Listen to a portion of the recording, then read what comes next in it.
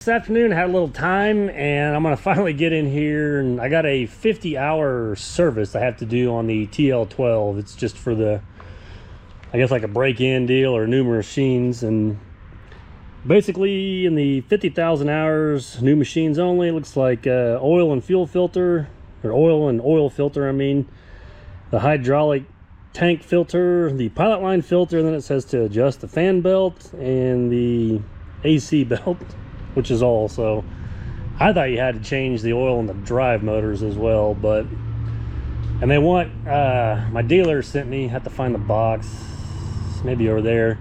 They need samples of the oil and such. So yeah, basically we just have, this is the oil filter, that's the in-tank hydraulic filter, and then this is what they call the pilot line filter that goes to the joysticks. But I think they just want samples of the, you know, the oil and the hydraulic oil and stuff, just to make sure there's no metal shavings or anything like that, I guess. And they send them off and analyze it and stuff at the 50 hour. And then it looks like at 250 hours, we'll change the oil in the drive motors, and I'll get a sample of those. I guess they don't really, 50 hours, probably nothing on those drive motor. I mean, it's really nothing on the whole machine, but I guess that's not enough to tell them on those if they need to, if anything's wrong. So I'll probably go ahead and blow the air filter out, change the oil and the oil filter. It doesn't mention anything with the fuel filter. I guess I'll just wait on that, because like I said, 50 hours is not a whole lot on that stuff.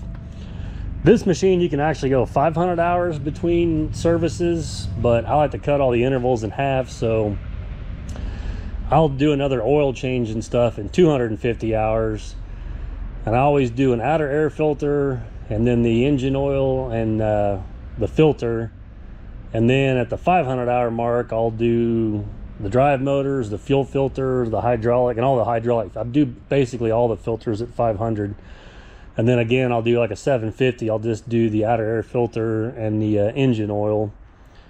I don't know, that's how the older machines has always been, 250 hours. It wasn't until these newer ones came out, which I get, you know, they didn't have the synthetic oils and stuff like that when the 12 or the 250 came out, so you couldn't get as long a life. I mean, I'm sure I'd be fine doing the 500 hours. To me, it's just cheap insurance. Just every 250 hours, just changing the oil. These things get ran pretty hard. So yeah, it won't be probably much of a video, but we'll just kind of go over the stuff, because there's going to be some differences in this machine and the 250. The biggest thing you're going to notice is now the hydraulic tank is under the seat. Used to, maybe we'll see it when we flip the cab. I haven't raised the cab up on this one, but used to, the fuel tank on the 250 is up here and the hydraulic tank is in the back. But since they've widened these machines up for the design of the V2s, everything, I think I've mentioned this before, everything is between here, and there's nothing here, just because on the vertical lift the cylinder has to go in there. So in order to keep the frames the same size and everything on the radial versus the vertical, they've just widened all of them up. So now yeah, the hydraulic tank will be up in the front. So we'll just start getting this oil drained, which it drains the exact same way as the 250. I got that little I can't even see it very well. Yeah, kind of that little plug right there, and then I'll have the little I just got these little tubes. You can just tighten it on there and tighten it up, and it'll start draining out. So we'll start getting that drained, and then I'll have to flip the cab up because the filter's up. With it crammed in with all the emissions junk, it's up in the front underneath the cab. And yeah, we'll just kind of go over this first service together. And here's my little sample deals. So just kind of dump it in there. I guess I got to figure out what I got to I'll call the dealer, see how I guess I just got to fill it out where it says like component, like TL12. I don't have any unit IDs or anything like that. But yeah, I just drop them in there, and then I guess I'll just get them back up to them, and they must mail it off. Looks like it goes to either Minnesota or Texas. It's weird, it's a Komatsu deal. So But yeah, I can get that back to them, and then they can get the samples on that. So we'll let that drain down and get the cab all flipped up now. Got the cab flipped up. I should have probably showed that part. It's just two bolts now instead of 4 that go in here, and they're 24 millimeter on the head. And you can see this stuff is kind of crammed in here, but let me sit down in here.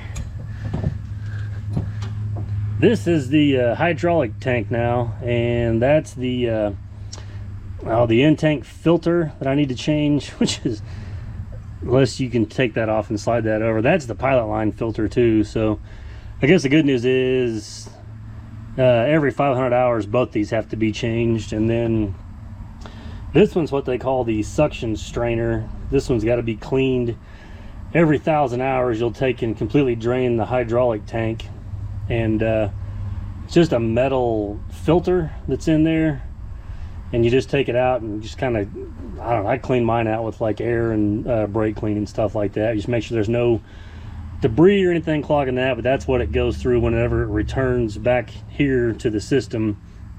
Or I guess, yeah, when it comes, I think when it comes back through the pump and everything, it goes back through this return filter and then goes back out here. So this just tries to catch any of the contaminants or debris that could possibly get in there. But this is the one that gets changed every 500 hours or whatever, so it does the most. But like I said, you have to clean that one. And the fuel tank is still here. It's just not, it may run, hard to tell. It may dip down around a little bit under the feet, but you can see where it fills in there. And then that's the def tank, it looks like, right there.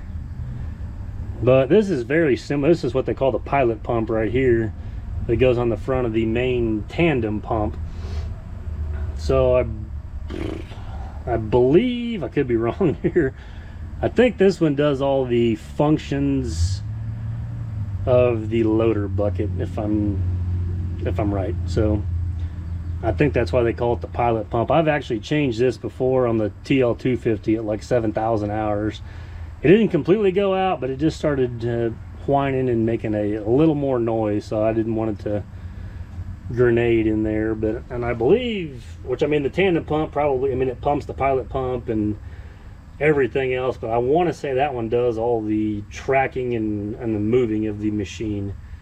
And then that one does the more of the joysticks and the loader arms, I think. Don't hold me to that, it could be wrong. But and then yeah, there's obviously your DPF filter and muffler and all your other admission stuff or whatnot. And then this is the oil filter, and then it has 2 fuel filters on it right there next to each other. So that's the one thing about it, you got to flip the cab up, but everything you need to get to is pretty accessible, really, because the 250, which didn't have all this other emissions junk in the way, the oil filter is actually on the side of the block further down there. So this one's a little easier to get to, but I'm sure they had to do that to get the emissions and stuff to work, because there was no way you're going to be able to reach in there and get anything. So, and then the fuel filter on the other one, there's only one, was up there on the top. So like I said, I really need the 2 of them in here together and kind of side by side. The muffler's in fairly similar spot. I think it's over to one side. Like I said, with having the DPF, they had to kind of move things around a little bit. And the fuel filler on the 250 is on this side. Like I said, the fuel tank and everything was over here. The pilot line filter was over here, but this one has much more electronics and stuff, because the 250 it may have a computer and very limited electronics. So that's the one thing you'll notice, is a lot more wires, but it looks like it's actually pretty, you know, clean and simple in my eyes. I mean, there's not a whole lot, everything's kind of fastened down nice. So where my other ones just kind of got wires and lines and hoses running everywhere. So yeah, I guess enough rambling. I'm going to change the oil filter first, and then I'll probably go ahead and do the pilot line and the suction, or the hydraulic in-tank filter. Sorry, I'm getting all sidetracked here. So yeah, we'll do those next. The thing I do like better about the oil filter being this way is it's not gonna, you're still gonna get a little bit of oil on here, I'm sure, but when it was on its side, it never lined up with the hole in the bottom, so you always ended up getting oil. Yeah, I'm still gonna get, oh well, I'm already committed now. I should have put a bowl or something underneath there, I guess. That's what brake clean's for.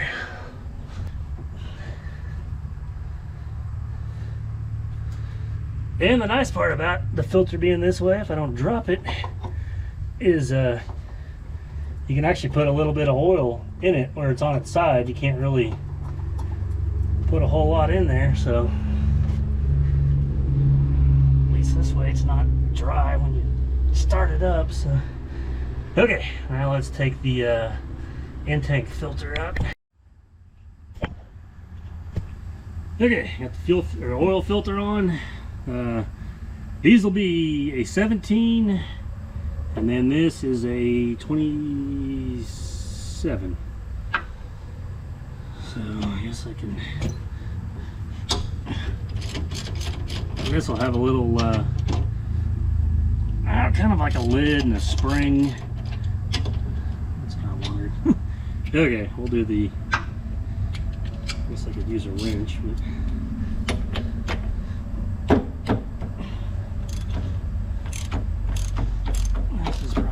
Mess.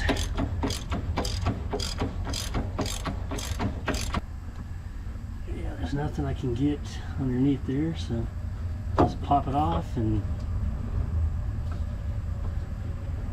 yeah.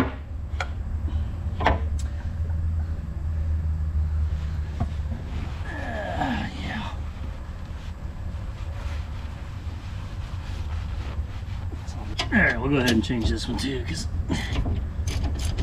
obviously this one will have to be done first.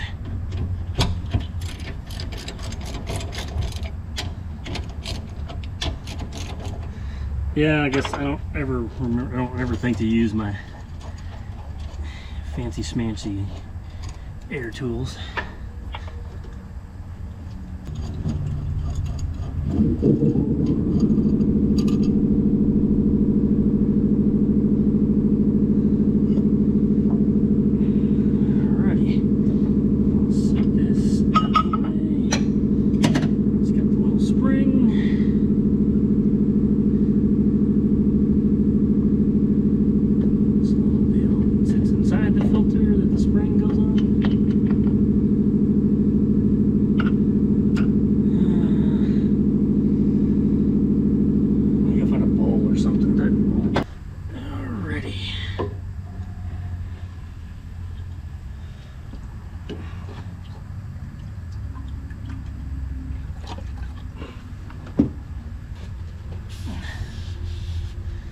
Yeah, and you want to change this O-ring as well.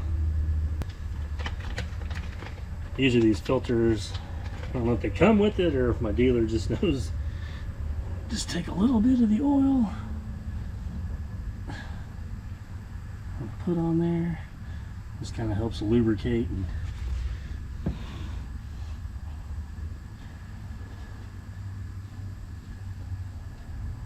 sure that's a good view of my arm.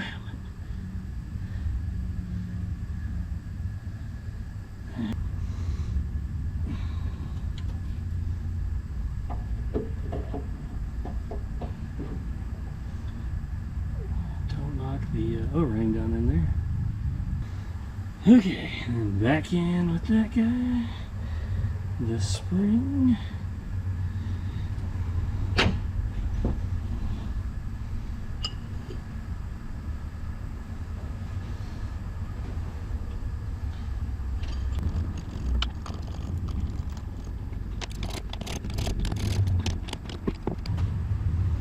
This is what the pilot line filter looks like, so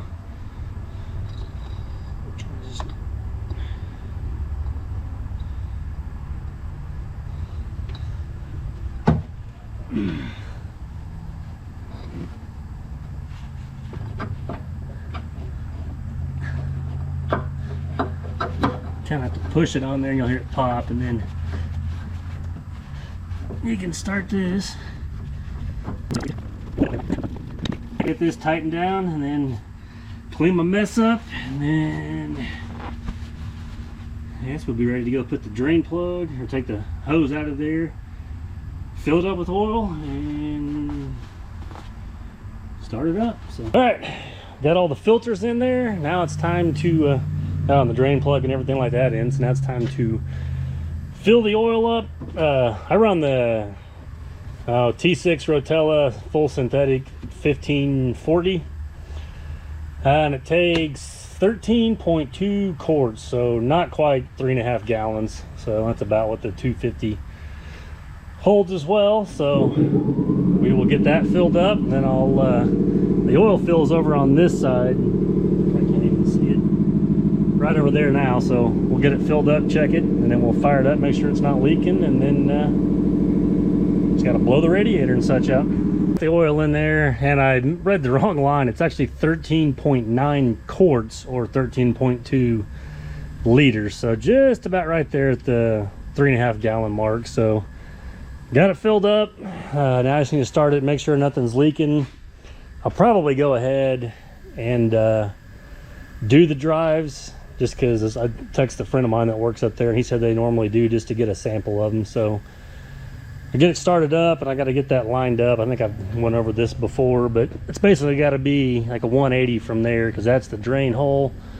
And then when you get ready to fill it back in, you fill it up until it comes out that one. So it's just, like I said, I got to be rolled around, but I don't know if I'll film that in this one, because like I said, I think I've mentioned that before in the other ones. But yeah, that's basically everything. It's pretty much an entire service, because like I said, it'll be like a 500 or 1,000 hour service. Basically, I'll just, when I do the 1,000, we'll have to like I said, drain the hydraulics will be the only difference or whatever. But this machine's got 51.7 hours on it now, so that's the reason that you've been seeing the 250 in the videos. Is I didn't want to get this thing much over the 50-hour mark. I like to keep everything pretty close on the intervals, so I haven't had much time to service this thing until today, so I just ran the other loader. So I guess that's the nice part about having two of them. But I'm real bad about, if I've got work to do or there's something I can do to go make money, I will do that, versus taking the time right when I need it, you know, change the oil on stuff or work at my shop. Obviously it gets kind of put on hold this time of the year. But yeah, well, hopefully this fall I get back to working at the shop, because there's not much that has changed here. And the only reason I didn't take the time to service this is I have two loaders now, so I could just easily take the other one and keep working. But today just kind of worked out where I'm in between stuff, and without having any trucks to move materials today, it was just going to be easier to get this done and kind of get ready for the week. But yeah, we'll fire it up, make sure nothing's leaking. I'll check the oil, and then drop the cab back down, and this thing will be ready to roll for another 250 hours.